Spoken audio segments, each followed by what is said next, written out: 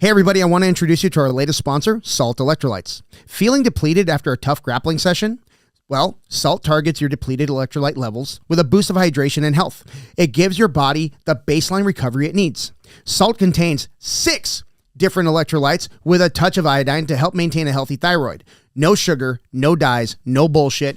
Go earn your salt. Hey everybody, and welcome to another episode of the BJJ Foxcast. I am your host, Alex Martinez, and I'm here with my co-host, Alex Tojo Cray. I hate you. Why? You're just like too much right now. Yeah. I got slammed today in open mat. Slammed like in the butt? No. I had a guy in a triangle, and he picked me up and slammed me. Like on purpose, or did he fall over? Oh, no, he didn't fall over. Oh. He was stacking me, and I was like, whatever. And then all of a sudden, I'm like in the air. I'm like, oh, no, boom. And I landed, like, because I was stacked, I landed like on my shoulders, and the middle of my back is fucking killing me right now. I was going to say, did it feel great? Sometimes it feels good. It did not feel good. I actually told the guy to go fuck himself. Like legit? Yeah. Who was it? I don't know, some fucking douchebag that came for open mat. Him and his buddy, Buddy had a man bun, so yeah, go figure. Does Paul know who he is? I think so. Right, I think Paul. So. The guy was like one of those guys, doesn't have a wrestling background, but he tries to wrestle. Doesn't know jiu-jitsu, but he watches YouTube. And then he picked me up and slammed me. Fuck yeah. I rolled with him. So he won. He won, 100%. Yeah. I rolled with him once. He came up to me and goes, "Can we get a roll in?" I'm like, "Sure." And I worked him. And then later on, he's like, "Can we roll again?" I'm like, "Okay, whatever." And then What belt is he? I don't know, fucking white belt. I don't know. Was it Nogi? Yeah. Oh, well, there's your problem right there. Yeah. Yeah. And then I couldn't continue like rolling, so I was just like, "Fuck this, I'm gonna get out of here." And then Aaron, as it happened, Aaron was walking in, and he's like, "What the fuck just happened?" I was like, "Yeah, he just fucking slammed me, dude." He goes, "I got it." That guy did 2 minutes with Aaron, wanted to quit, and then somebody told him, like, "Get in there and finish your round." And yeah. Fuck yeah. Damn, I was wondering if Aaron was going to be there. Yeah, he was there today. We went not together. We were all at that raft thing. Yeah. Real American freestyle. Yeah. Yeah. And there was a fight. It's the most exciting part about it. Should I fucking hang on? Let me practice my shocked face. I've never Bunch seen of fucking kids. Of course, there's gonna be a fight. I've never seen so many like middle-aged, peaked in high school guys be like, "Fuck you," like to a guy that can't even see them. Yeah, like there's guys behind us that were like flipping off the. I guess it was like this Armenian guy and then like an American guy. So of course, it has to be about America. Pride. Yeah, how fucking stupid. Armenians are tough, dude. You don't fuck with Armenians, dude. They'll fucking wreck your shit. Well, I mean, honestly, like I feel like the American kid was the one being mostly the asshole. Okay. Surprise. Hang on, you want me to practice my shock face again? He's just like a young, dumb kid. I mean, they all are. But I mean, actually, that's not true because there was a couple of like Benson Henderson fought. Oh, that's cool. Yeah, like I think who was the headliner? Fucking some old UFC fighter. I forget his name. My brain's not working right now. Yeah. I'm glad wrestling could be showcased so that the jiu-jitsu people can be like, "See?" I texted Aaron. I was like, "When is this going to be more exciting than jiu-jitsu?" Yeah. There was a couple things that they do like for their tournament style. Like I was kind of like learning the rules. It was good that Sierra was there because she was kind of like explaining because she watches wrestling. She's weird. She is weird. Yeah. It is the worst sport to watch. I don't know what anybody's talking about. I'd rather watch pickleball. Yeah. So nobody really bags on wrestling because nobody watches wrestling. You know what I mean? No one watches. Do you watch wrestling? Yeah. No one watches wrestling. Aaron Wilson's like, "I'm gonna fucking jump through the headset." I love you, Aaron. You're my boy. Yeah. He's like, "Are you brain dead?" As a matter of fact, funny you should ask. But you know, jiu-jitsu gets shit on, but it's like televised a lot. I mean, well, streamed, not televised, but it's streamed a lot, and I mean, people are tuning in for some reason. And then the people that I think jiu-jitsu has probably more of an opportunity to have their casual fan than like wrestling does. Yeah. Well, you know, so I was talking about the rules or whatever, how they like run their tournaments. Naked and to the death. It's basically naked. Yeah, naked and to the death. It's very similar to judo tournaments where that like, so like say you get someone to the ground, you have like a couple of seconds of like, if you're not like really working for something, they just stand you guys back up, which totally like, right? Because they're used to like, you know, oh my God, stand him up, stand him up. Yeah. He's not doing anything to me. Yeah. It's like, he's working. Yeah. So just wait. Just hang on. Yeah. Give it a couple more seconds. Yeah. But that's why, like at ADCC, you know, you see all these wrestlers who are like, they'll get their takedown and then they don't like finish into like a, you know, advantageous position. So then the guy has to like butt scoot to him and he's like, stand up. It's like, no. Fuck you. Do jujitsu. Yeah. Grapple. Yeah. Sit down. Yeah. Pass his guard, you fucking bitch. Like an adult.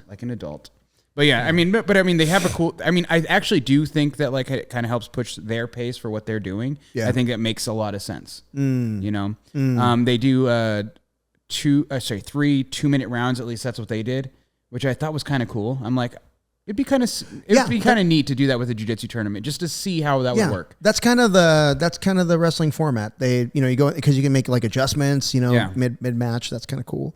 So I mean, I'd be open to like. See some jiu-jitsu organization try that. The 3 2-minute round thing was kind of like appealing to me because it was like you could kind of keep that if you want to keep the momentum going. Like that's a good way to do it. Like if it stalls out, they're going to stand you up and then you got to start back up again. Yeah. What doesn't the UFC BJJ do that?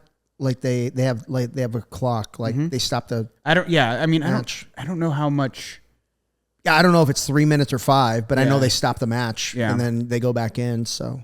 Oh, that's kind of true, similar format. Yeah, I think they have one of the worst rule sets ever. Well, I mean, that being what it is, I mean, it's hard to create a rule set that is appealing to everybody. Mm-hmm. You know, as much as you try to like ADCC, they try to make it more spectator friendly. It's not. Because I mean, when you play within the rule set, you get like Musameki hopping on one foot because he just wants you to take him down so he could fucking ankle lock you. Yeah, he's like, I don't care. Yeah, okay. Yeah. I mean, I do like we don't need to talk about this because we talk about it ad nauseum at this point. What, ADCC? Yeah, where I was gonna say I like the split where it's like the first half has no points, the second half does. I don't care. Yeah. I like that because then you can take those like, all right, fine, take me down. Yeah, I'm gonna submit you off my back then. Yeah, I guess so. Yeah, you know, I like that. I think that's kind of cool. And like, I like the rounds thing. Or at least I would like to try a tournament that does that. But I think it would be cool. Yeah. I think the tournament would take for fucking ever. Yeah. But yeah, it would be cool. And then it would favor the wrestlers, and they'd be happy. But no, they're never happy. No, they're never happy. You have to like kind of hate yourself a little bit to like wrestling. Well, you gotta be willing to put in a lot of work that no one gives a fuck about. Yeah. Have you met Aaron Wilson? That's so mean. That's so mean. Yeah. So, yeah, but you know, competition overall, we were just talking about this yesterday, like being a competitor and, you know, being a good, how do you put this? Like a good student is, it can be trying, you know what I mean? Cause like you and your instructor may not have the same game, but I think like the instruction that I get from other competitors, or even my instructor, right? He competes a lot. Who's your instructor? Mr. Paul Nava. Oh, yeah. Never heard of him. Never heard of her. No, but like the stuff I get from Paul, from you, from, any of the people that we're closest with in jiu-jitsu, like we all compete. So your recommendation, suggestions, coaching carries a lot of weight. Yeah. And then you've got the people that want to coach, but don't compete. And I mean, I stopped short of saying, shut the fuck up.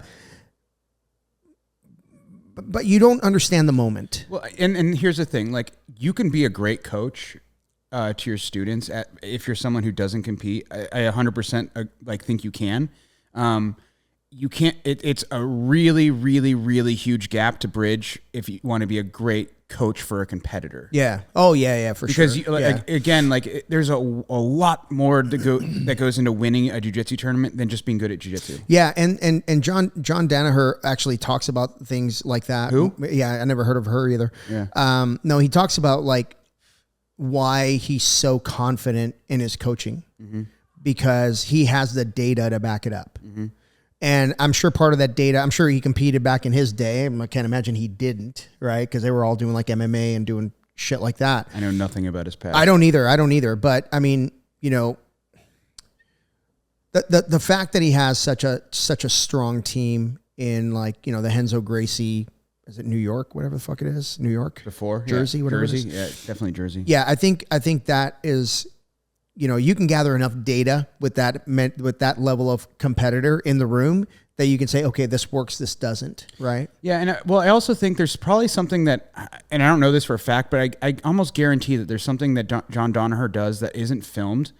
And that's like managing like emotions and like the mental well-being of your athletes, because you can't put that on an Instagram reel. There's not like a technique to that. It's like you have to like just like learn that. Well, and you're not gonna put your competitor on blast and show how vulnerable they are, right? You know, to that kind of thing. Because that's one of those things. Like as a coach of a competitor, you have to learn to manage, and if you don't, you have the students that burn out and don't ever want to train with you again. Yeah. Yeah. And you know, that's a big thing too, like managing your or at least they don't want to compete under you again. Yeah. Managing your fighters, right? Managing your competitors. I think that's a brilliant way to put it, because you're not just a coach, you're actually managing them. You can tell them like, hey, don't take that super fight. That's not good for you. That's not a good fight for you. Yeah. Or you can tell them, you know, hey, you know, we're focused on, you know, a world championship. Let's not fuck around with an ADCC. We want to do IBJJF, that type of shit. You know what I mean? And, you know, a lot of times, you know, if the competitor really has that dog in them, they rarely listen to you when it comes to a lot of things, especially like trying to keep them from overtraining, shit like that. But but you have to. That's a big one. The overtraining thing is a big one, because everyone, especially the old school guys, think that like they post these reels or whatever where they're like, I'm training at 5 a.m. when my opponent's sleeping.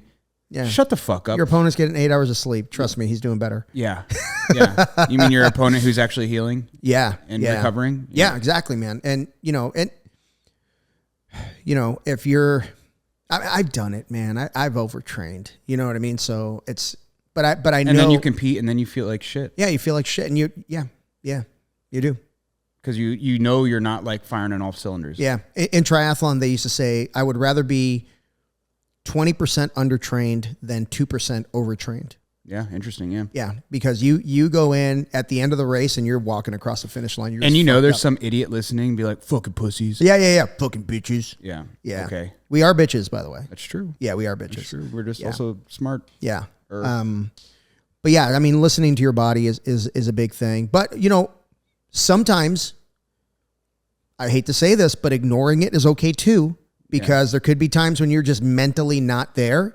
And when you show up, the room picks you up. You know what I mean? Yeah. But I think I used to do these like really hard, like interval training workouts that I used to do when I was a rock climber. Mm. And what I've kind of found is like, it's not the physical part that you're like actually training. You think you are, because it's hard and it's like you're sweating your ass off and you're like, you're tired. You're like dead afterwards. Yeah. Right. But what you're really training is that you do have that one more rep in. Yeah. That mental. Right. Yeah. Which like you do need to train that mental part where like you're in a tournament, it's like a minute left and you're fucking dead. Yeah.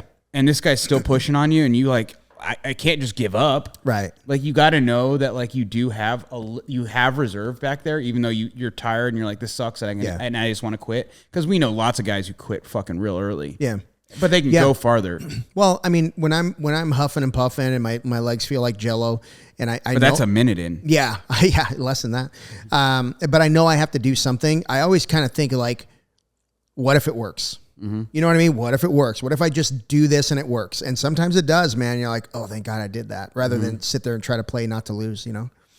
Yeah, I mean, there's a lot to be said for that, and it's like that's like, but you have to know that you're basically overtraining yourself in a session, not in the week. Correct. In a session. Yes. Yeah. Yeah, because you'll have time to recover from that training session. If you're smart. Yeah, well, I mean, back in the day, you know, the early days of Paul Nava BJJ, we would, you know, do buddy carries and all the fucking craziness in the beginning. And then it's like 9 o'clock at night and we're like, one more round. Yeah, fuck. Dude. You know what I mean? blazing hot in there. I'm and like, then fuck yeah. But then you go into a tournament and it's like, okay, we got air conditioning. This is fucking easy. I got 3 matches. What? Yeah. No problem. Oh yeah. Tournaments are like almost always just like, it's like the most comfortable position, like as far as like the environment goes. As long as you go in there and do what you're capable of doing, right? If you go in there and do you're going to be happy no matter what. But if you come out of that match being, I should have done this and I didn't do that and I normally do this, you're going to be really pissed off at yourself. And then those training sessions, I don't want to say they're for naught, but did you really learn anything in your training sessions other than, you're going to fucking choke? Yeah. When it comes down to it. I mean, have you ever been to those gyms where they're like, it's like super, super hot, super humid. Everyone's fucking like it. I remember this video with the Meow Brothers and they're like jumping in the fucking shower in the back. Yeah. Like in their gis. That's just fucking gross. And coming back and training because it's so fucking hot and miserable. They're just doing it to cool off. Yeah, fuck that. There is zero merit to that. There's zero. Yeah. That doesn't make you better. It doesn't make you better. It's kind of cool, like a cool Instagram thing, whatever. You're like, I'll fight for you or anything. A lot of these guys think that equals toughness. It's that equals ringworm. Yeah. It's just like, yeah, you're going to get sick. Yep. I mean, even if you don't, it's just like, it's dumb. It's just dumb. It doesn't really like, it's not an analog for any competition environment that you'll ever do, whether it's super fights, 80cc where you're fucking rolling in the parking lot or IBJJF where you're treated like a king. Yeah, I think like a king compared to 80cc. But I think going back to coaching competitors, I think being a competitor really allows you. I don't know exactly the words to use, but it makes you a little bit more sensitive to what's going on in that fight, because there's times when like Paul will be coaching me or you'll be coaching me or someone will be coaching me and I want to please my coaches, right? But I see something. You know what I mean? Please me? I want to please you.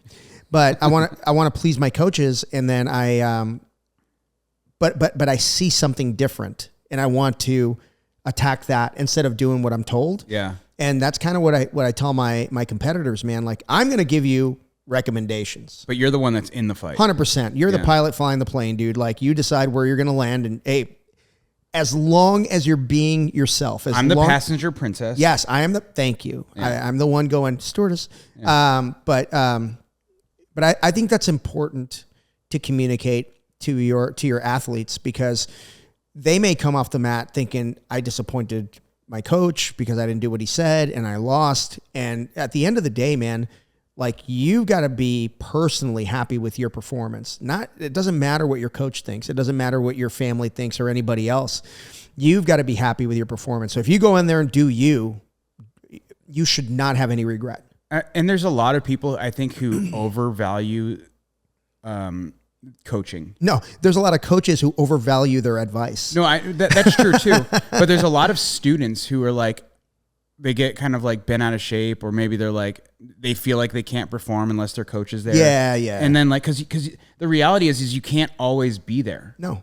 Right? Maybe there's overlap, or maybe there's always something. Maybe you're taking a shit. Yeah. It doesn't fucking matter. Right. Like, honestly, that's for real right there. The reality is like the coach for the most part is there to make sure that you're paying attention to the clock and the points. Yeah. Telling you to stall when you need to. Like, I mean, that's the reality of it. If you want to talk, if you're talking about winning tournaments and you're like up by points, maybe it's 2-4. Yeah. Like, you're up by 2 points and you're on mount. And you're amped. Stay there. Yeah. Fucking stay there. You got 30 seconds left. Stay there. But you're amped and you just want to fucking submit them. Yeah. It's your coach that just gives you the hands, like, slow the fuck down. Just fucking settle in. Like to manage your behavior a little bit is kind of like all the coaches there. It's like, I see a lot of coaching like at tournaments where people are trying to like teach them technique while they're rolling. It's like that. Well, that's not going to happen. That is absolutely not. Or at least happen. Very, very, very far and few between where that works out. Yeah. Yeah.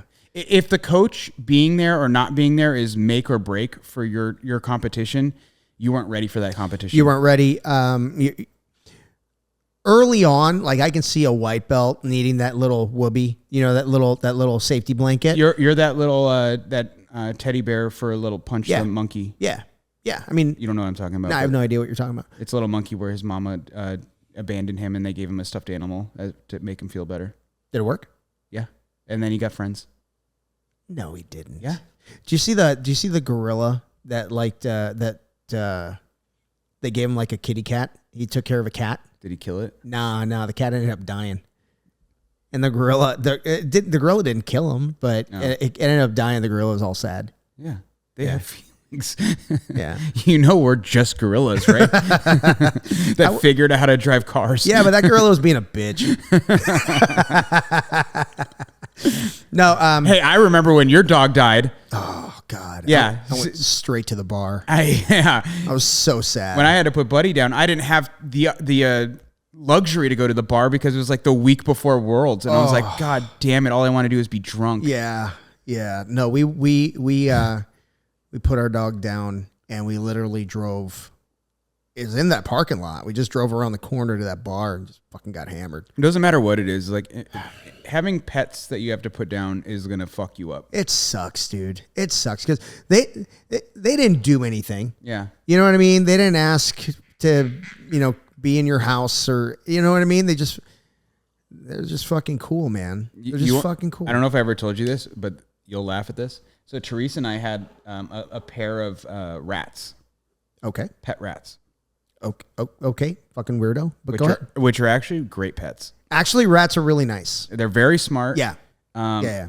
You want boys because Yeah. they're actually more loving, and girls are kind of bitches. Were they white ones with giant balls? No. Oh. These were two girls. Oh, okay. But like Did they have a big vagina? huge vagina. Did they really? I don't know. No. Oh, okay. Well, the guys get big balls. You ever seen those? Yeah, I'm not. Yeah, sure. I look at rats' balls. He's like, what are you gonna do? look at the balls on that guy. The balls on that rat. You don't even have to lift a tail. you're like, look at them. You're like comparing. You're like, I'm a little bigger. Yeah, I'm a little bit bigger, not much. But like, even after like, we had to put one of because it was like having seizures and shit, and it was like hurting itself. So we had to like, how do you fucking put down a rat? But because it's not like you want to just like, yeah, I mean, like a person who doesn't have a pet, but like, okay, how do you put down your dog? Yeah, hit it in the head with a baseball bat. You could do it that way. You could. I mean, it'd be fucked up. But nobody would ever want to do that. No. Same with like if you have a pet rat, and they're actually like really like, they'll come to the cage. They want to cuddle with you. They're actually like really loving animals. Did you like feed them poison? No, so the first one we took to a vet, and they like did the whole like euthanasia thing. Okay. And it's pretty awful because it's like the same as like a dog, where they like they give it the injection and they bring it out to you and you basically watch its last breath. Yeah. Oh. Which fucking sucks to watch the last breath of anything. Yeah. It just is what it is. What helped me with Brutus is he took his last breath while eating M&Ms. Oh, like have some chocolate, buddy. He's like, he was going and his tongue was coming out, and then we put M&Ms on. He's like, that was like his last thing. He ate some chocolate. Yeah, I mean, the chocolate didn't kill him. No. The vet did. The vet killed him. Oh, I'm thinking about Buddy. He didn't get anything. It was just like cold. Yeah. Oh, dude, when he turned cold, I was like, I can't be in this room anymore. I have to leave. I have to leave right now. It's so hard to just leave him there, and they're like, "You want his blanket?" No, I don't want his fucking blanket. Fuck off. Yeah, and they like they like don't close their eyes naturally. No, not usually. Yeah. So you're kind of like, oh, there's nothing behind those eyes anymore. Mm-hmm. Oh, it's awful. Yeah. Yeah, Buddy. And all you want to do is cheers. Go get fucking drunk. Mm-hmm.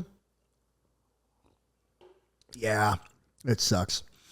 Why did we start talking about putting animals down? Because gorilla cats. Oh, yeah. Yeah, and you called that gorilla pussy. Bitch.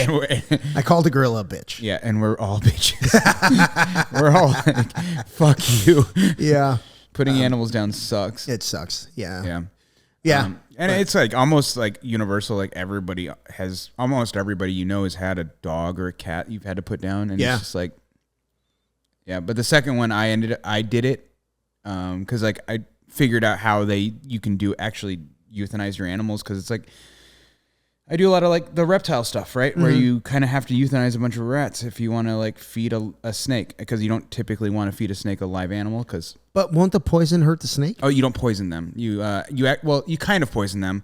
It's like CO2 poisoning is like the easiest way to do it. Wow. Okay. So you put it in like basically a box, and you fill it with CO2, and it basically just like suffocates. Yeah. But like not in like it's not like as traumatic as like if you were like giving it poison. Right. It just like realizes it's like it's not breathing and it just kind of like falls asleep and like goes. It's like the most humane way you can do it at your house. You could step on his head, or I was like, or you just fucking hit it in the head with a baseball bat. Yeah. Oh well, I mean, a mouse, you just hammer. Yeah. Right. Well, I just punch it. Yeah. Yeah. I mean, you could. I mean, it likes you, right? So you're like, here, boo, boo, boo, bam, fucking hit him. I was. Never see it coming. I went to so like I used to like pay for rats like for when I had a bunch of snakes. Yeah. And like I was like. Just curious, like how do you guys? Because you can get like when you go buy rats at like a reptile store, that you can get like frozen thawed, which means they were pre-killed. They just toss them in the freezer. They give you a bag of frozen rats, or you can get a live rat, or you can get a fresh killed rat, which means that they kill it and then they give it to you. Wait, is it the little pinkies or like with like it just depends. Hair? If you have a big snake, you need a bigger rat. If you have a small snake, you need a small rat. What if you have like a like a python? Do you feed it like rabbits? Like a big like like a big motherfucker. Burmese python. Yeah. That should kill you in your sleep. Yeah, rabbits is a very common thing that they feed to those. Wow, I wonder if those rabbits are alive. I mean, they just fucking throw it in a cage with it. So typically, like when you're like raising snakes, like you raise them to like when they're really young, like when you have a hatchling, like they're basically like live feed only. Like that's just their instincts. Yeah. But you can kind of like teach them to take frozen thawed, which is like kind of like the best like where you just have like a dead rat, it's frozen, you thaw it out in warm water until it's like thawed, and you just basically give it to him and he just takes it. Yeah. Tony, my son Tony had a Argentine horn frog. Uncle Tony. That's me though. He had an Argentine horn frog. Okay. It was like yellow and purple. It was fucking cool. Big motherfucker, man. And we would feed him the little live pinkies, and he would just sit there. And like you're dangling here, he's looking at you, and then he just fucking hit it with his tongue, dude, and then he just stuffs it in his face. People don't know how metal frogs are. Oh fuck, they're awesome, dude. If it fits in their mouth, they're gonna try to eat it. Yes, yeah. Like even if it's you and you're like, oh look at that finger, I'm gonna try to. But they don't know. It's not like they have like sharp teeth. They don't have teeth, no. But they'll try to stuff your finger in their mouth. Yeah, they'll try. Yeah. Frogs are so dumb, but they're also like really super cool. Yeah, because of that. But yeah, so like you can get like frozen thawed, which is like the best case scenario. Yeah. Live sucks because like a rat doesn't want to die. Right, so like if you're like, if you have like a snake, especially like a constrictor or something like that, like as it's like trying to like kill the rat, it could potentially get bit or whatever. So you like, fuck yeah, dude. Yeah. Fights. Yeah. Sometimes they do. Most often they don't. Does a rat sometimes win? No. Oh. Sometimes you get a snake that's like afraid of, we should have Jay and I think Carla's into it too, but Jay and Carla are like reptile dorks. Just like really? Oh yeah. Wow. Like their garage is full of reptiles. I bet they have like can you imagine if they had like a Komodo dragon fucking walking around their house? They have a lot of really cool, expensive reptiles. Oh really? Oh yeah. I've talked to Jay about it and like he has it's called a lavender false water cobra. And false water cobras are like some of the coolest snakes ever there, but they're like the lavender ones are like one of like the more like recent morphs, like colorations basically. Yeah. They're like basically all it's white. Like a cobra? They're false water. So it's basically a false, they like kind of flatten out so they look like cobras a little bit. Like that's their kind of defensive mechanism. Yeah. But they're not cobras. They are technically venomous, but they're like rear fang venomous. It's like they have to like chew on you. Their venom isn't like almost swallow. Yeah, but it's like not like a rattlesnake where it's like if you get bit with it, you're gonna lose a finger. Yeah, you know, it's like a very mild venom compared to like most venomous snakes. Yeah. So like they don't even like consider a venomous snake when you're talking about like if you go to the pet store. Like you can't buy a rattlesnake if you go to like a regular pet store. But can't you buy one? Yeah, you can buy false water cobra. I've had a couple of them. No, can you buy a rattlesnake though? You can. It's not illegal. Oh, okay. But most probably a bad idea. Not a great idea unless you know what you're doing with venomous snakes. They call them. Yeah, it's hard now because they call them hot snakes. Mm-hmm. It's hard now, like because I was looking at videos of like a bushmaster. Mm-hmm. You know, like that's a bad motherfucker. But then like there's a video of a guy getting bit, but I'm like, is that AI? You know what I mean? Like I'm always like, People get bit all the time. I think one of the coolest snakes, like venomous snakes, is a gaboon viper. they're just like the prettiest natural, like, because like a lot of like everyone's seen like ball pythons where they have like a million different colorations because of like how the pet trade is, or like they find a morph and they like breed it out or whatever. A gaboon viper like just looks fucking cool, like or like a copperhead, like they're just really cool naturally looking snakes. I'm not gonna do the venomous thing though. No, fuck that, dude. You got to feed those fuckers. What are you gonna do? Starve them? Well, no, the feeding them isn't the hard part. Like feeding snakes is easy, as far as that's concerned. Like some snakes like literally will take. I'm just not gonna eat for 6 months for some reason. Wow. So it's like typically you feed a snake once a week, once every couple of weeks, depending on like the species or whatever. The bigger they are, the less often you have to feed them. The Burmese python you're talking about, where you feed it a rabbit. It's usually like once a month. Really? Yeah. Wow. But like a ball python, you typically feed them, like you try like once a week or whatever. But like oftentimes they'll just be like, I'm not going to eat for 6 months. No shit. They'll go on like a feeding strike where they just don't eat. And just cause? They're not like in a bad mood? So a lot of times it's like, well, it'll be like they're in like their shedding phase, and then they like, and maybe it's the weather also. They're just like kind of finicky. It's just like sometimes they just don't eat. Yeah. That's interesting. Like I have no desire to have reptiles, but I think they're cool. Mm-hmm. Well, I have like a big, like 36 by 36 inch, like a terrarium that's like, bioactive, has like plants in it and shit, and like fucking like isopods and everything to like eat like all like the poop and like all the, decaying leaf matter and all that kind of shit. And it has like, I have these like emerald tree skinks. They're like little lizards, and they're like, and they're super cool because you'll open the cage and they'll like literally come out and they'll want to like jump on you. Oh, no shit. And they'll like jump up on your arm and they'll climb up on your shoulder and they'll go on the other side and they'll just come back down and they'll jump back into their cage. Oh. They just like to interact. They're cool. They're so weird. It's like, and mine are wild caught. So like, they're like, that's just like their wild temperament is like, okay, hey, what is this human? Yeah. Their survival instincts suck. Yeah, they suck. Yeah. What are the lizards that you see outside like do push-ups when they see you? They're like this. That's most lizards. Yeah. Okay. They just, that's like, it's actually like a temperature regulation thing. Oh, really? Yeah. Why are we talking about herpetology right now? You're the one talking about herpes. Oh, yeah. I'm talking about lizards. Well, no, I know what you're talking about. Oh, so I was fresh killed? Yeah. Fresh killed. So I was like, hey, how do you do fresh killed? He's like, oh, well, I mean, if you want to see. And he like literally like grabs a rat, grabs it by the tail, and fucking slams its head against the fucking pole. What? And I was like, oh, okay. That was quick. That's so not cool. But I mean, does it get quicker than that? I guess not. But what if the rat survives the first strike? You just fucking hit it again? Yeah. Oh. You can't be mean to rats. What did he do? I don't know. Well, he's about to be food. Got to look at the balls. He's about to be food. Rats get big balls when they get old. That's true. But could you imagine being like a rat where you're like, oh, I'm about to get fed to a snake alive? Yeah, I guess. That's a little bit slower. That's kind of like the hunter thing. Like when you're talking about like, I hunt deer and elk or whatever. You're like, well, I mean, if a lion or like a bear gets a hold of that motherfucker, or a coyote, he's just going to start chewing on him. Yeah, it just starts eating them. Yeah. Yeah. At least I'm trying to put him down quick. That's true.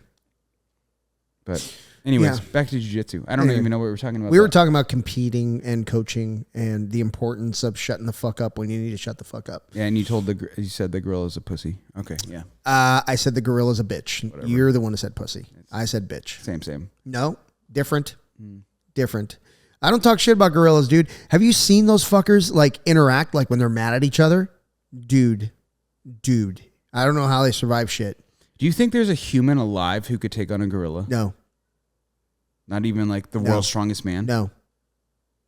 I would love to see how much a gorilla could like bench press. That would be cool. I would love to see a gorilla squish the head of someone that thinks they could beat a gorilla. One of my favorite things is watching head. like people. I don't know if they're like suicidal or whatever, but I still like watching it. I don't care. Where they like sneak into like zoo enclosures. Oh my God. Yeah. We're not going to talk about Harambe, R.I.P. Rest in peace, Harambe. That was basically like the end of Western culture. Yep. was when that happened. That's when it went downhill. It literally was. Yeah. Yep. That's now we're stuck with a fucking pedophile. Anyways. Jesus Christ. Allegedly. According to a million fucking emails. Alleged. Yeah. I mean, if you're going to bust into a zoo enclosure, you fucking deserve everything you get. I'm sorry, dude. And I am here to watch. 100%. I am here to hold my phone on 0.5 so I don't miss nothing. These motherfuckers who film this shit are always like, right as like a lion fucking attacks a guy, they're like, ah! Yeah. I'm No, like, fuck, hold still. Hold fucking stable. Hold still. We need this footage. Apple, self-stabilizing. Yeah. We need self-stabilizing cameras on these phones for these idiots who don't know how to film a murder. Yes. Or have gimbals that follow tigers, automatically. Yeah, that would be cool. Like there's, I saw one relatively recently. I think it was an old one, but they kind of like are reposting it, where a guy like climbs into a lion enclosure, and the lions are like watching, and he gets over the fucking like, you know how it's like has like the overhanging cage. Yeah. And so the like, lion doesn't kill you. Yeah. So he can't get out. And then he like jumps onto like a tree and he's like sliding himself down the tree, and the lions are like, oh yeah, fuck yeah. Dinner is served. Yeah. And then they grab him and pull him off the tree, and they just eat him. They do what lions do. Yeah, they do what lions do. Yeah, I wonder at what point that stupid motherfucker was like, oh, this is a bad.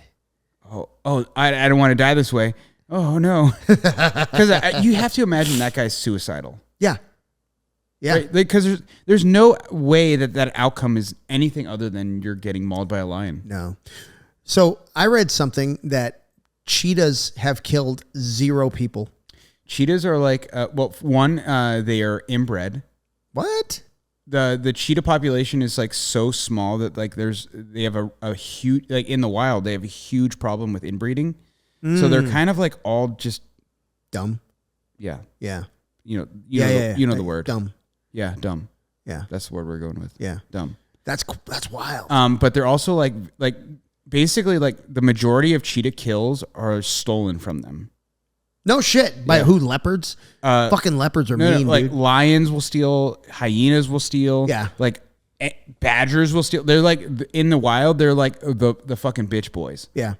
They just get fucking like punked every time they kill something. Badger will steal from a cheetah? Oh, I don't know. I don't know. I'm just kind of like throwing that out there. But no, like all the other predators, like hyenas and lions will absolutely steal from a cheetah. Well, hyena girls have dicks.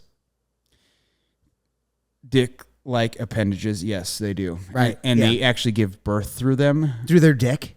Yes. Wow.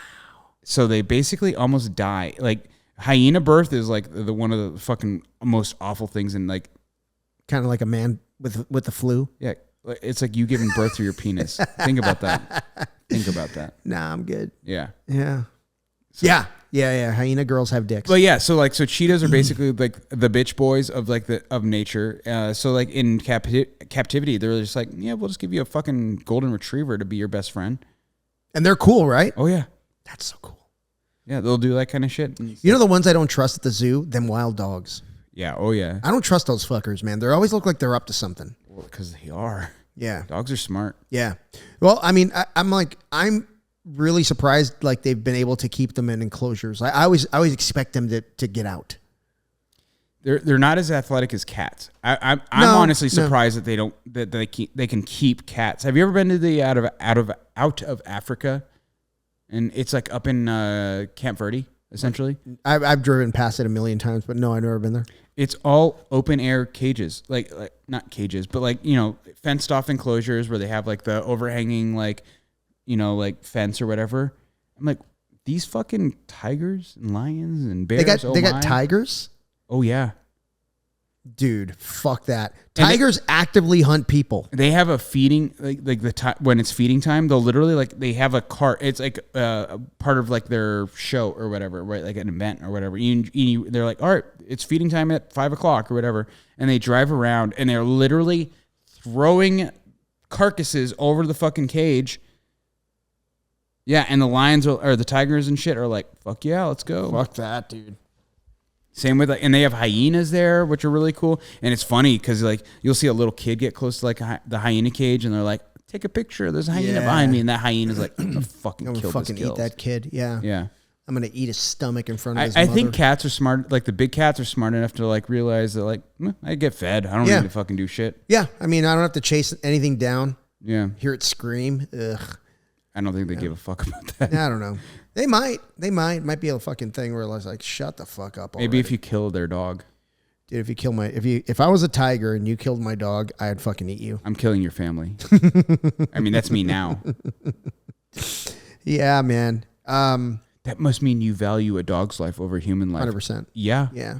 Yeah, you're right. I do. Where's that place in Africa where like tigers have eaten like 300,000 people down this road? Oh, that place in Africa is called India? India, sorry. Did I say Africa? Yeah. I meant India.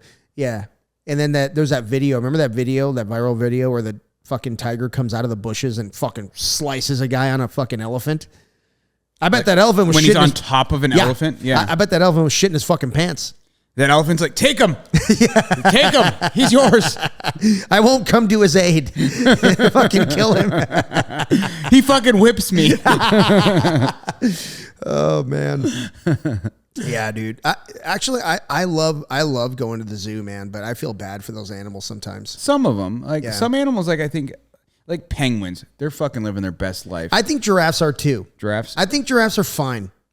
Fine. Basically, if you're a prey animal and you're in the zoo, you're like, fuck yeah. Yeah, good to go. Nothing's killing me here. Yeah. Yeah. But the predators are like, God, I just want to kill everybody looking at me. And then the monkeys, man. The monkeys are like, fuck this, man. I want to fucking own some shit. You know what I mean? Like they want to own the fucking like beachfront property. Yes. Yes. I want to have a fucking Maserati. I want to have a Maserati. Yes. First I have to, dig ants with a stick. Like let's start from the, let's start from they one. just developed tools. Yes. Which is kind of like most mechanics. Yeah, it's true. Yeah. That's true. The orangutan is the one that kind of speaking of mechanics, did I tell you about how like Kelsey went to go get her tires changed at fucking Big O Tires and they're like, "Oh, your brakes are like almost done."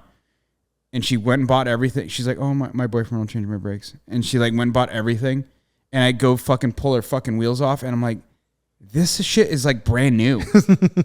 You're like, not even what? Yeah, she drives her car like 10 miles a day. Yeah, well, she actually drives a lot, but but it's like it's a compact car. That thing, you go through brakes every once a decade. Yeah, but I was like, I'm ready to call these fucking people and just like, you should call them. Like, who the fuck is your brake guy? Because he sucks. What's his social security number? Yeah, give me a social give and me his address. Birthday. Yeah, I need the 3-number code on his credit card. He's not going to be in work on Monday. No, we're gonna fucking. You know what? He killed my dog. Yeah, as far as I'm concerned. But I'm like, I told Kelsey, I'm like, I think you got girled. Yeah. Like, oh, you need to change your headlight fluid. Yeah. She's like, that's why I called you. Yeah. She's like, I don't know better, but like, I knew you'd know. And so she like called me like when she was at the place. I'm like, first of all, they're like trying to charge you like $1,200 to change fucking brake pads and rotors. Yeah, fuck that. Get the fuck out of here. Yeah. It'll take me an hour tops for all 4. And then she does it. And I'm like, it took me 10 minutes to like realize, oh, they just fucked you. They're like trying to like just take money from people. Yeah. Yeah. I want to go back to competing. Yeah, not the random shit we're talking about. I love the random shit, though. All right. I think people love the random shit. I think it's only like a select few people that actually listen to the jiu-jitsu parts. But those are the only people that we care about, are the select few. The 12. The 10. 12. Okay. We got at least 12 listeners, dude. Yeah, fuck them. What? I hate all of our listeners. If you're listening, you should not. You shouldn't. I agree. And you should not listen to this in your car with children in the car. Yeah. Ever. But no, going back to competition, it's just like, I don't get it. I get competition. I fucking love it. But I don't get it when people like are training jiu-jitsu like 3-4 times a week. Like, how do you not have that competitive juice in you? You know what I mean? Because you're putting in time. You know what I mean? You're putting in the time. I just don't understand how you can say, like, I'm going to practice soccer and never play a game. Well, here's the thing. Those guys who don't compete treat, all right, 5 on the clock. They treat that as their competition. But that's the thing. Like competitors don't train that way. 100%. Yeah. You and I know that. We don't train that way because that's how you get hurt. That's how you get hurt. Yeah. Because you get hurt most often you get hurt in tournaments. Yes. Well, yeah, if you're lucky. If you're lucky. Right. But yeah, I mean. Or you get hurt by some fucking idiot in training. Yeah. Well, I mean guys, I say idiot, but like sometimes shit happens. Shit happens. Shit happens a lot. Yeah. I'm not trying. We are doing a competitive combat sport. Mm-hmm. The chances of you getting hurt in training is high. Yeah. But most of the time you have to start stepping. Like here's the thing. You do need to step it up in your roles, like in your live roles, 100%. You do need to step it up. Yeah. But your partners need to know that like if you're like, I know you're competing. You're doing pans. You're doing Dallas. Dallas. Love Dallas. Whatever. You're doing this. Shout out. You're doing the Dallas Open. Yeah. The worst town in. Well, no, Houston's the worst town. Houston's worse. Yeah. You're right. Houston's bad. New Orleans is worse. San Antonio's like the Tucson of Texas. Okay. Yeah. So it's like nice. Yeah, we'll go with that. Beautiful people. Beautiful people. Yeah. Some of the best people. The beautifulest brown people you'll ever meet. I love the Browns. That's pretty good. Thank you. That's pretty good. What the fuck were we talking about? I don't know. Competing and Browns. But like, I know you're competing, so I'm going to push you. Yeah. But I know not to hurt you. Well, here, I was thinking about this and how to explain to people the difference. Yeah.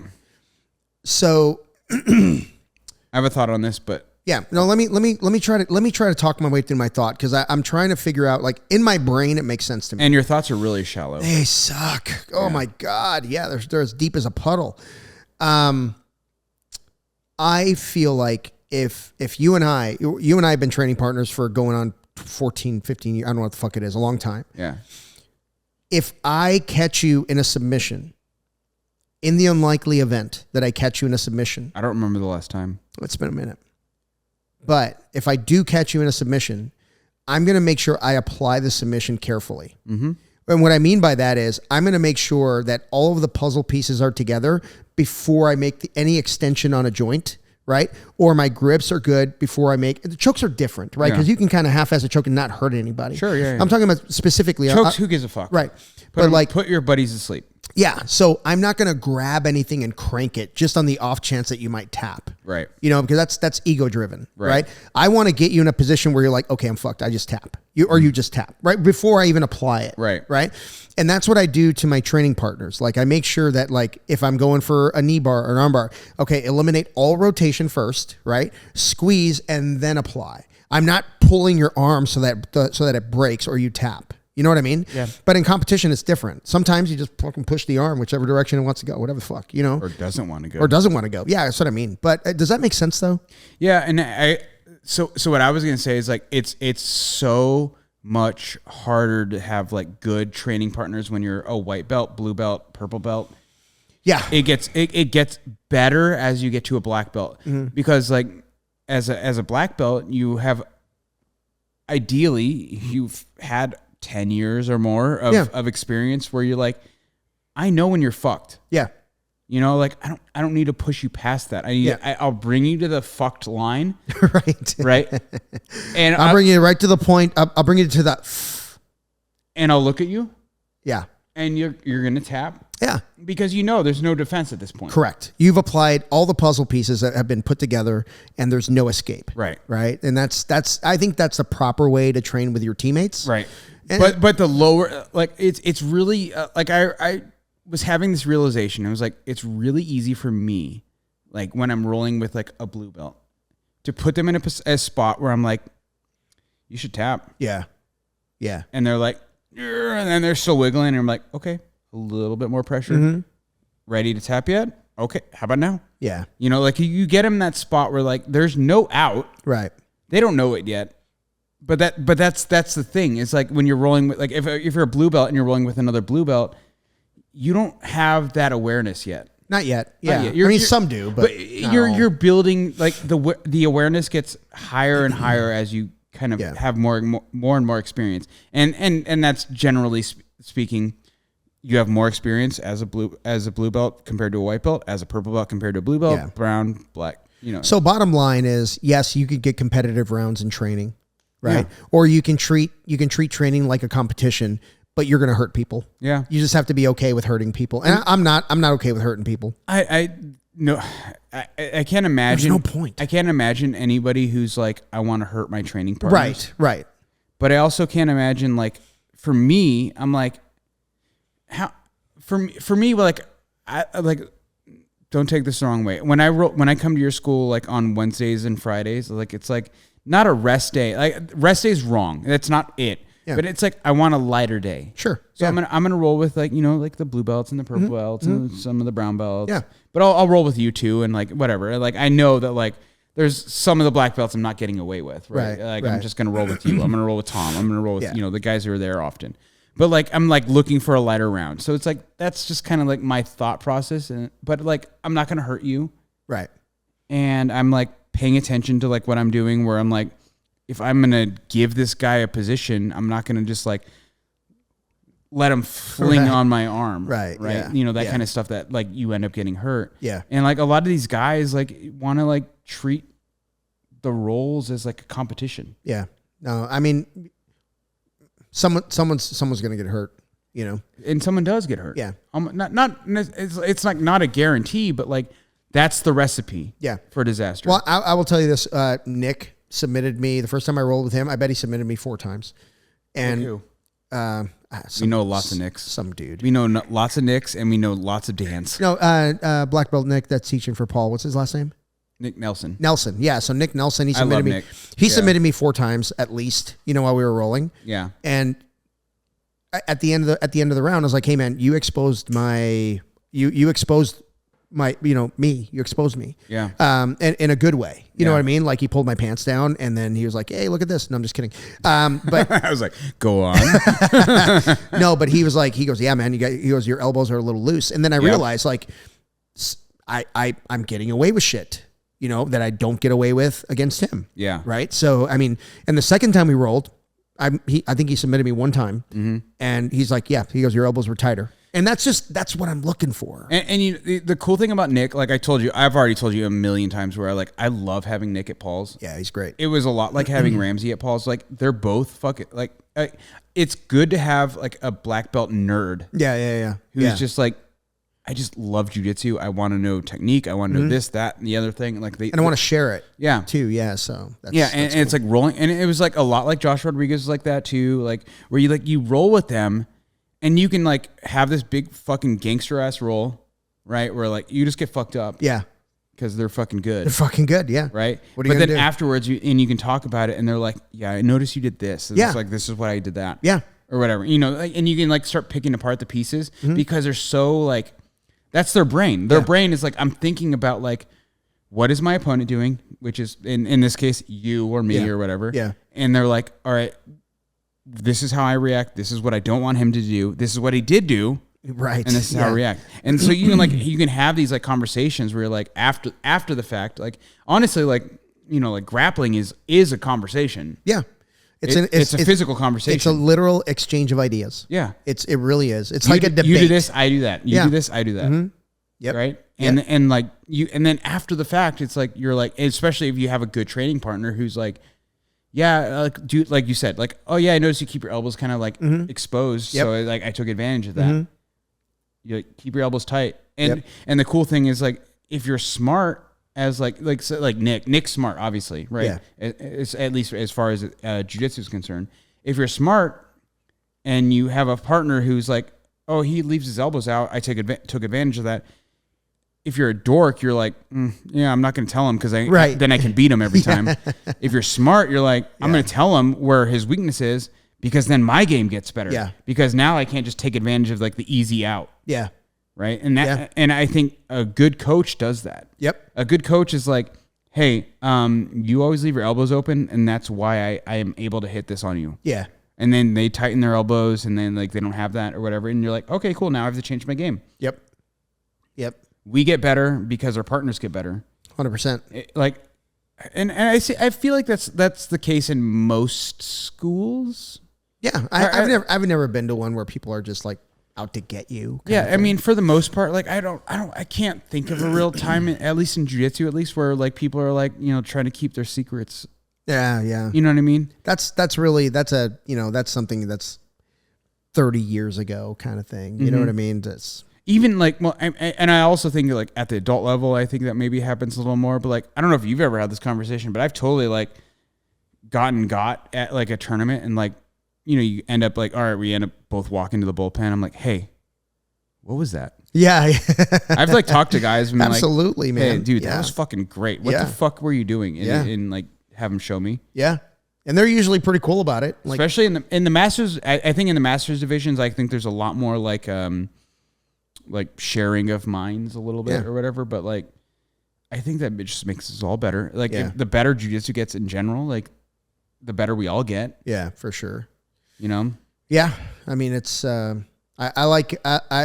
do enjoy that. Like, you know, somebody coming up to me and being like, hey, how did you do that? Or, you know, especially in competition. And I'm not afraid or have the ego to not ask like, bro, you totally got me. How'd you fucking do that? The ego thing is like a big thing. Yeah. Aaron Wilson. Whoa. Oh, sorry. Whoa, Aaron. That wasn't me. Steven, take that out. I'm just kidding. Clip that shit, Steven. Clip it. I'm just kidding. But like, I think it's really important to like recognize that like sometimes like, have you ever like, I was like actually literally thinking about this like when I was rolling with Taylor. She's a white belt. She like, I was like, I told Kelsey this the other day. I was like, Taylor like responds to my guard better than most upper belts do. You told me about this. Yeah. She like smashes it. Yeah, like because everyone wants to like. So say you want to knee cut somebody, you go knee cut. The knee is like so like most people pass to their left, right? So their knee kind of angles out to the left, and they're trying to force like either the underhook or like the shoulder frame or whatever it is. And then like that's most people. They kind of like if I block that, they'd try harder, and that's it. Yeah. She actually like, all right, I can't go this direction. Redirects to the other direction. Yeah. Which is how you should do that. Yeah. And like, I'm like, Taylor, that's fucking awesome. Your guard passing is getting so good. And it's like, I roll with upper belts who don't do this. Yeah. They try to force it. Yeah. She has good instincts. Good instincts when, you know, on the mat. That's really good. But like as a white belt, it's fucking awesome. Yeah. Like, and we were talking about earlier about like competitors who are like, a lot of people are better than they compete.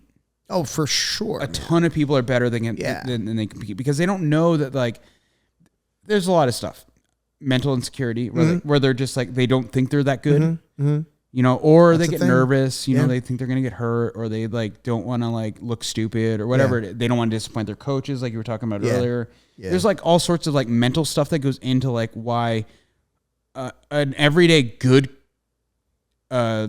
student or a good training partner or whatever isn't competing well. Right. Like, cause like in all intents and purposes, like we have lots of people that we know that we train with often who are like, dude, you should fucking win everything you sign up for. Yeah. And then they go compete and they lose. And you're like, what the fuck? Yeah. Yeah. That's the thing, man. It's wild. It's wild. But it has nothing to do with like their skill. It's all the other stuff that like people don't want to talk about. Yeah. Emotions, the mental well-being, like how comfortable you are, like, because like it's fucking stressful. It is. Cutting weight, you're cutting weight, one, that sucks. Yeah. So it puts you in that kind of like bad mood. Yeah. Kind of puts you in the like, oh shit, am I gonna make weight? But then you're also sitting in there in the bullpen and everyone like you're trying to figure out who's in your division. You're like, oh, is that guy in my division? Yeah. Division? You're like all that stuff, and you're like starting to build this thing up into like something that it's really not. Yeah. And it's not. It's not. It's really not. Whatever's going through your fucking head, it is not that. Yeah. It's like, yeah. But you're like building up all these worst case scenarios. Yeah. Right. And you're just like, you know what? I don't want to be here. You know, I just want to like, and then you get those people who are just like, I just want this to be over with. So I can eat. So I can go eat. Yeah. or just be done with it or whatever. Yeah. Whatever the case may be. Yeah. You know, and it's like that. First of all, that's the wrong mentality if you want to win. Like, your focus should be like my next match. Yep. That's it. I'm gonna fuck this guy up. Yeah. Or, I'm going to do my thing. Like it's going to be, no regrets, basically. No regrets. Like apply. Regrets. Apply the things that you want to apply.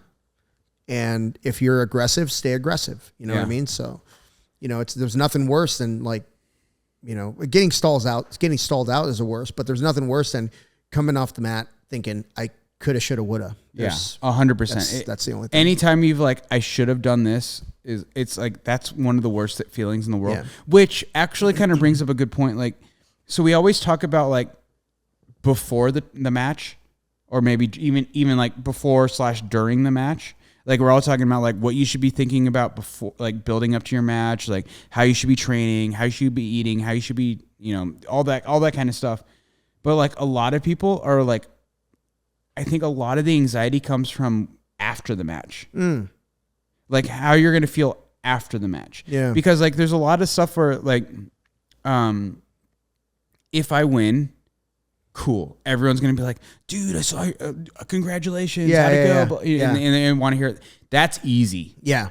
Winning's easy. Yep. Because you're like, oh yeah, I fucking armbarred this guy. Fucking it's easy, blah, blah, blah. It's super easy to like have that conversation. The conversation that sucks that everyone is like, in my opinion, most people are like thinking about this is like, you go back to school Monday morning after your weekend tournament and they're like, hey, how'd it go? Yeah. And you lost first round. Yeah. I mean, if they actually gave a shit, they would have watched. I was talking about this with Sierra and Kelsey in under different contexts. But like, if most of us don't have time to watch jiu-jitsu. No. Right? Like the weekend is like, oh fuck, I got to clean my house. I got to this is the time I get to spend time with my family. Yeah. It's like most people like that you train with who aren't like, especially the non-competitors, like the weekends are their time away from jiu-jitsu. Yeah, for sure. Yeah. So like if like, say like, that I'm competing this weekend, but you're like, I got to hang out with my wife. I have to hang out with my grandson. I have to hang out with whoever, right? You're like, I'm not going to go fucking watch the Orange County Open or whatever the fuck it is, right? I'm not going to watch it. I'm not going to watch it. Fuck no. So Monday morning, I come back to class, you're in class, and you're going to be like, hey, so you competed this weekend. How'd it go?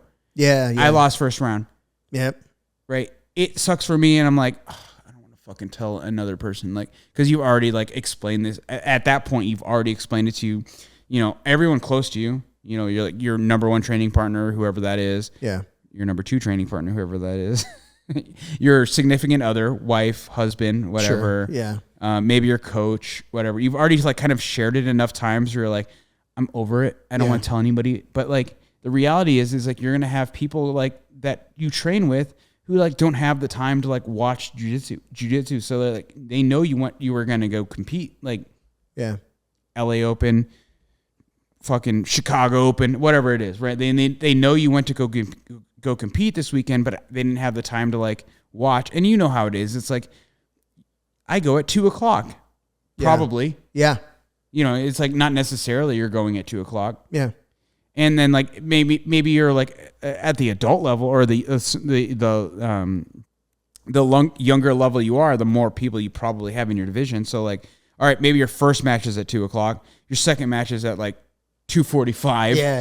And your finals aren't until like 5:00 or whatever. It's like it could be an all day thing. It's like who fucking really has the time to do that? Yeah. So my family's coming out for Dallas. They want to go see me compete, and I'm like, why?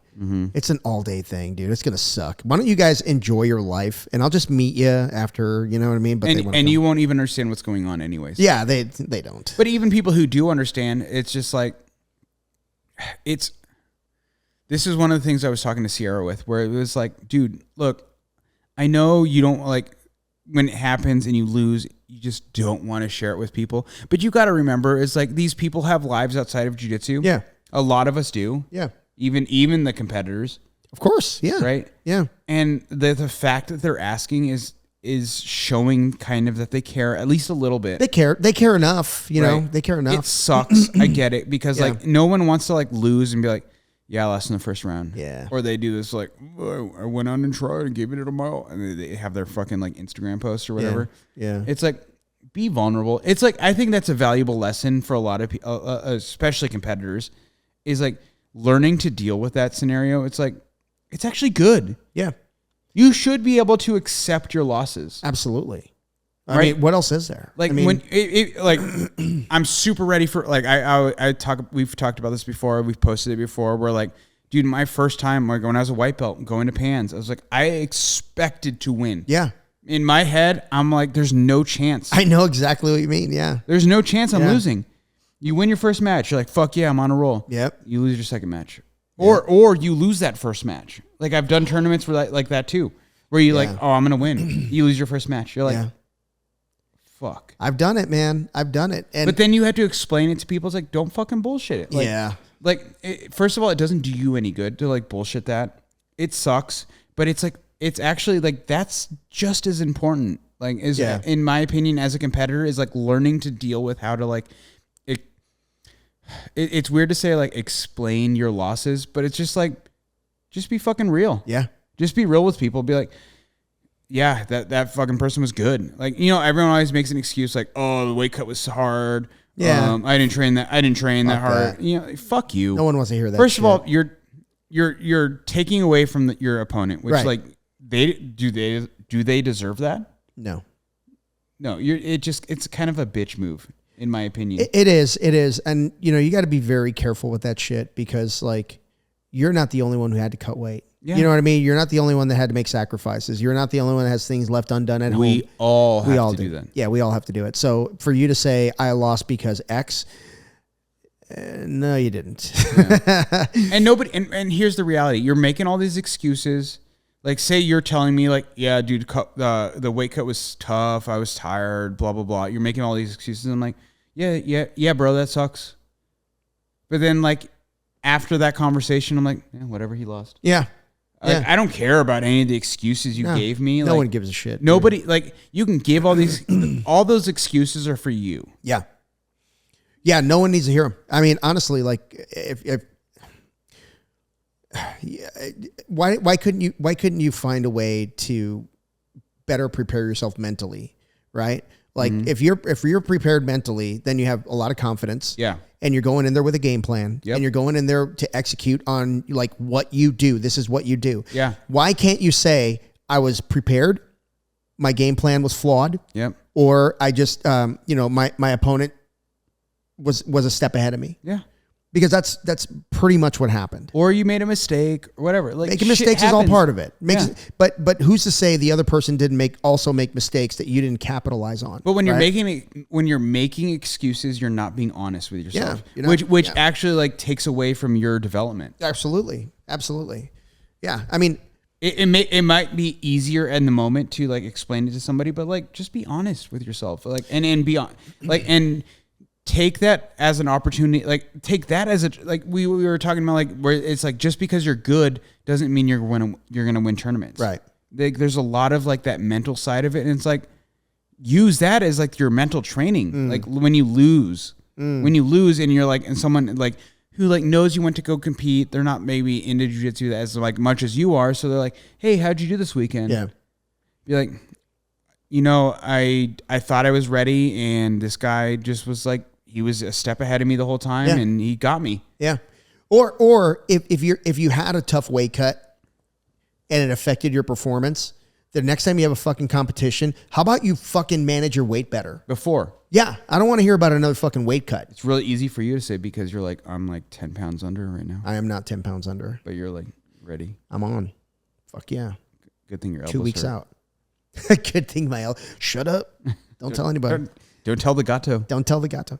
No, but that's the thing, man. Like, here's the thing. I can handle weight cuts. I'm okay. Like I can manage. I mean, I have cramped up in a match before, but fuck, dude. I have never used a weight cut as an excuse for losing. Fuck no, man. We all have tough weight cuts. Everybody has a tough I have weight cut. used not weight cutting as an excuse though. Yeah, because you went in there fat thinking you're going to beat fat people. Well, I went in there fat thinking I was going to beat guys who were like bigger than me, who cut to be my fat level. Yeah. Yeah. But you know what I mean? I mean, honestly, that's the same excuse though. Yeah. Like going to Master Worlds, none of us in there are sleeping in our own bed. None of us in there have the food that we normally have around us. We have to make do with what we got. How many people fucking post that like Instagram post where they're like, yeah. Oh man, I didn't sleep the night before and because of blah blah blah and like all I wanted to do was eat, and I was like, that's fucking all of us. That's everybody. That's literally everybody there. I don't need to fucking hear that shit. And the guys who don't are fat. and like, all right, it sounds like fat shaming, but like if you're not cutting weight to like for a tournament, all right. I need to put an asterisk in here because there are people who just maintain, who are good at maintaining their weight. Or they diet their way down ahead of time. Right. Yeah. So when I say weight cut, I mean like getting down to the weight you should be. Sure. Yeah. Because like you and I know what we like to fucking eat. Oh yeah. No, I'm fucking not, dude. I dig food, man. You're in Mexico like half the year. Oh, I love Mexico. Where you're just drinking and fucking eating your fucking way into obesity. Yes. Right. Yes. That's not the way. I have tried to eat all of the tacos in Mexico. Did you win? No. Never. No, those fuckers keep making more. Yeah. I love the Browns. I love the Browns. I love the Browns. But you know what I mean? Like, it's like you and I know, because we fucking both like, we're not competing. I'm going to fucking eat my ass. Yeah, dude. Yeah. Into the fucking like, into the heavyweight division. Sure. Right? There are no short notice matches happening in your world. Right. But there are people who are like, I just maintain. I'm a featherweight. I maintain 152, and then like I cut a couple pounds before a tournament. Good for you, man. That motherfucker's not cutting weight. No. That doesn't count. But like most people, I think, are like, you know, in the off season, you're like, so say you're like, from my experience, I'm a featherweight, right? So like in my experience, like I need to be 150, between 150 and 151 before my tournament. That's where I'd like to be, right? Because then I'm like, I have a little bit of a buffer. We know that there's like a little bit of like give on the scales, sure. Like half pound maybe. Yeah, maybe. Right? But like in the off season, I'm like 160, 165 sounds good. Yeah. Where I'm just, I walk around in the off season 185. Yeah. Yeah. Yeah. About 185. I ballooned up this time. Bro.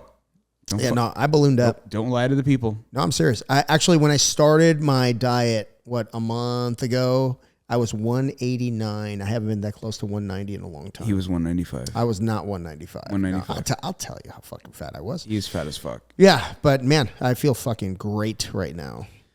But like that's the exception of the wing. I think the majority of people do the same thing. Where like if they compete at 181 and a half, which is your 0.4, which is your 1.4. That's your fat division. That's not. That's fucking. That's. I think everyone in your division steel and everyone above that division is fat. No, I think the middleweight division is the perfect division. Yeah, it's because you're fat. Nope. We are not fat. Okay. Nope. We're not victim weight, and we're not fat. You're definitely fat. Nope. But anyway, outside of your like when it's like time to compete, we all kind of blow up. That's fine, and then you have to cut that weight back down to whatever you have to compete at. Yeah, that's almost everyone in your division. Yeah. If like the reality is like most people who are like, oh, I'm just going to compete at the weight I'm at, you're probably too heavy. Yeah. What's the most you've ever cut the night before a tournament? The night before? Yeah. Oh, nothing. Really? No, like I've never like had a tournament where I was like, I mean, half pound. Yeah. Atlanta, I cut 7. Yeah. No. Nope. Yeah. If I'm going into a tournament and like the week of, I'm not like within a couple of pounds, I'm like. Oh. And what's your strategy on the weight cut? What do you do? I'm a calorie cutter, so I'm just like, I'll eat the same shit I do, but I just cut the calories. Okay. And that like works. Portion control. Yeah. Mm-hmm. My problem is like outside of like tournament season, I'm a glutton. Yeah. So I just eat until it hurts. I love that. Yeah, me too. God, yeah. Fuck yeah. Good stuff. But so that's just like all I have to do is like not do that. Yeah. And I cut weight. Yeah. So it's pretty. It generally speaking for me, it's like pretty easy. Like I'm just like, all right, I'm gonna eat rice and deer and a burrito and maybe a little sour cream, and that's it. You do those carb-friendly tortillas? I do the carb-friendly tortillas, but I gave up on the cutting carbs things. I don't think there's any benefit to it. Well, I was just saying, like, I don't see a difference. I use the carb cutting tortillas because they're actually lower calorie also. Yeah, like 70 calories. Something like that. They're actually like not a lot of calories per tortilla. Yeah. And they taste good. And they're not like if you have a regular tortilla, it's like, dude, it's actually a lot of calories. Yeah. When I was a kid, like breakfast sometimes was like a tortilla and some butter. Mm-hmm. Fucking awesome, dude. So fucking good, dude. But I'll eat the carb because I don't like the tortilla. Is like basically just to hold what you want. Yeah, hold the shit in. The meat, the rice, the beans, whatever you're eating, right? Yeah, it's just convenient. And then I'll throw some white rice in, which is actually low calorie because all it is starch. Yeah. Right. Yeah. And I feel like I train much better when I don't cut carbs. Yeah. When I just cut calories. Absolutely. As long as I'm doing that, I'll throw the starches in, like the rice, white rice, and I'll throw like deer in, and they typically my deer, javelina, elk, or whatever. It's chorizo, so I'm like throwing in like a bunch of spice and stuff. So it tastes good. Yeah. But it's relatively low calorie. Like a typical burrito I have was like 3 ounces of rice, 3 ounces of like the chorizo meat. Okay. The tortilla. Like 600 calories. Yeah. Probably not even that. Not even that. Yeah. So I'll do one of those in the morning. I'll do one of those in the evening. And then I'll have what I've been liking is those, what is it called? I think it's called Kodiak. It's like that healthy, protein pancakes. Or whatever. Yeah, dude. I fucked those up. Yeah. Amy was saying she made brownies or not brownies, muffins the other day. Yeah. It's like, dude, I fucking eat the fuck out of those. Yeah. Their blueberry ones are you get the sweet from the blueberry, and obviously you get the pancakey feel, it's good texture or whatever, sure, and a little bit of the butter from when you're your pan, but the blueberries actually make it lower calorie because they have a chocolate chip one, and we're but chocolate's a higher calorie than blueberry, but blueberry's sweet, it's good. Yeah. What's your go-to in a pinch? You got to eat something, you didn't pack nothing. Peanut butter. You're out on the road. Peanut butter. Peanut butter? You bring peanut butter with you? Well, because the reality of peanut butter is it is high calorie. No, I'm talking like when you're trying to eat healthy and you're not at home. So you're not talking a regular day, like a day in the life. So you're not talking about on the road to the tournament. No, I'm talking I'm talking you're just out and about and you got to eat something. What's your go-to? I'm not a bitch. I literally I just for me Kelsey's I hate this. I hate how you can do that. Where it's just I'll just suffer. I'm okay with suffering. I'm if I don't get my I have my rice and chorizo meat, whatever it is, deer, javelina, whatever it is. I'll be I'm gonna have my meat, I'm gonna have my rice, and I'm gonna have my tortilla and a little bit of sour cream. If I don't have that, I'll just suffer. Yeah. So because I'm at the academy all the time, sometimes we run out of shit. To answer your question, Quest bars are my go-to. Quest bars are awesome. Yeah, Quest bars are they're the lowest calorie, high protein, easiest thing to eat. Yeah. I get a double chicken Chipotle bowl. And I'll sit down at Chipotle and I'll eat half of it, and then I'll save the other half for 3-4 hours later. So it's 392 calories. Sounds like you're a quitter. What? I would eat the whole thing in the first. No, because I want to split it up. Because it'll upset my stomach if I eat too much. But that's and then I'll get some fruit. If I'm out and about, I'll get some fruit. And then in between meals, I'll just eat some fruit, and that kind of helps me with energy and stuff like that. What's the closest you have when your official weight? What because you don't really. A lot of times they don't really show you, but from the test scale and stuff man, I was close today. What's the closest you ever been? 181.2. Really? Yeah, because I asked, hey, what's the official? And the lady's 181.2. I'm oh, that was close. For me, I love having a pound, at least a pound. I don't like giving them anything. I don't care.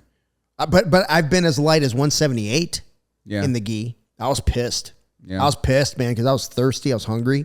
and I could have had those fucking calories. Well, I've told you, like, so it's like it's 2 for 1. When I'm like in the bullpen, we all have different tactics, right?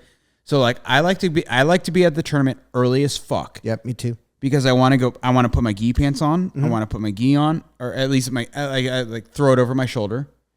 Where like you basically just like take your t-shirt off, or like I'm not really worried about the t-shirt weight.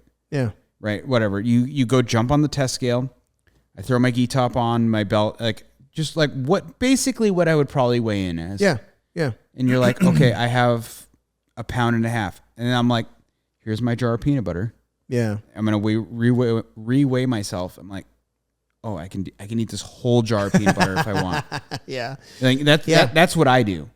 Because then I'm not worried about it. So I'm like, okay, I can eat this, or I'll have my electrolyte water or whatever it is, and I'm like, I'm gonna hold this whole fucking like I always like not the, you know how there's like the small Nalgene and there's like the tall Nalgene. Yeah. I'll like have a Nalgene, like the big one. I always have the big one just in case, because it's better to have too much water than not enough. Of course, water, yeah, right, yeah. And I'll always have electrolyte water, electrolyte powder in it or whatever, and I'll like carry that bottle on, and I'll weigh myself, and I'm like, oh, I could like literally drink this whole thing. Oh, absolutely. Yeah, that's the way to go. But you never want to. No, you don't. That's too much. Yeah, you don't. But plus you don't want your that stomach to be upset either. Exactly. So, yeah. And you have to manage that, right? Yeah. But you want to know that like if between now and like 2 hours from now when I compete, I could drink this entire bottle of water and be fine. And you'll be fine, yeah. But the reality is like if I drink this whole bottle of water between now and 2 hours from now, I'm probably peeing between then. I'm also sweating because I'm going to be like nervous. Also like warming up. Yeah. All that kind of stuff. So it's like, I like to know like worst case scenario, I go on in 2 minutes. Could I drink this entire bottle, eat this entire bottle, jar of peanut butter, and eat this avocado? Yeah. Would I still make weight? Yes. Yeah, I like more carbs. I will take some protein like meal replacement bars. That's why I like peanut butter, because peanut butter is like so high fat, so you get a lot of high calorie. But there's also a ton of sugar. Like if you get like, I'm not into like the natural peanut butter shit because Jiffy, bro. I want the sugar. Yeah. Especially for a tournament. You should do the peanut butter and jelly combo ones. That'd be fucking badass. And we've talked about this. Like half the reason I eat peanut butter. He's like, just in case that motherfucker's allergic to peanuts. There's always that chance. I'm like, your throat closing up, bro? Yep. What? Sorry, bro. Why is your eye shut?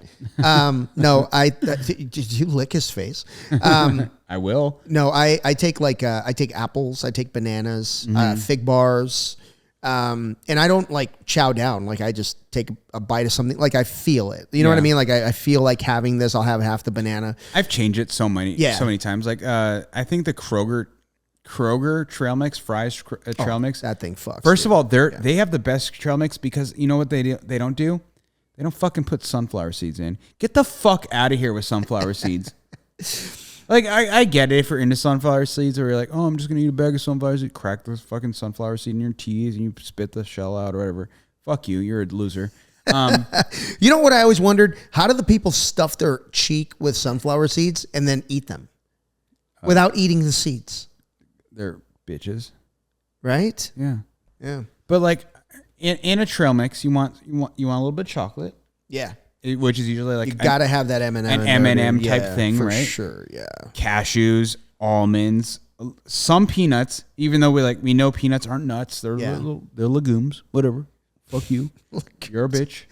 And then like maybe like a cranberry or a blueberry or some sort of berry in some there. Berry, yeah. Cranberry, I think goes the best with chocolate. I love cranberries. Fuck yeah. Well, I mean, honestly, like when they're in that like semi-dehydrated form, like that, like blueberries, cranberries, fucking great. You like raisins in your trail mix? Yeah, that's fine. Yeah, raisins aren't bad. Yeah, but like you have to have the real nuts.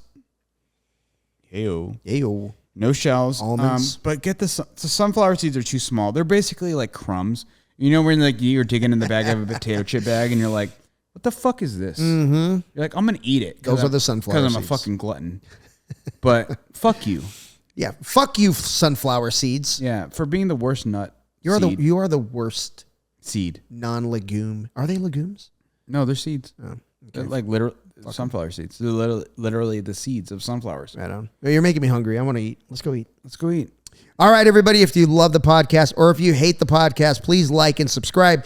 Please follow us on Instagram, Facebook, TikTok, whatever what's another one? Mm-hmm. TikTok. What's all the right wing LinkedIn. ones? I don't know. Are we on LinkedIn? I don't even know. Are you on Grok?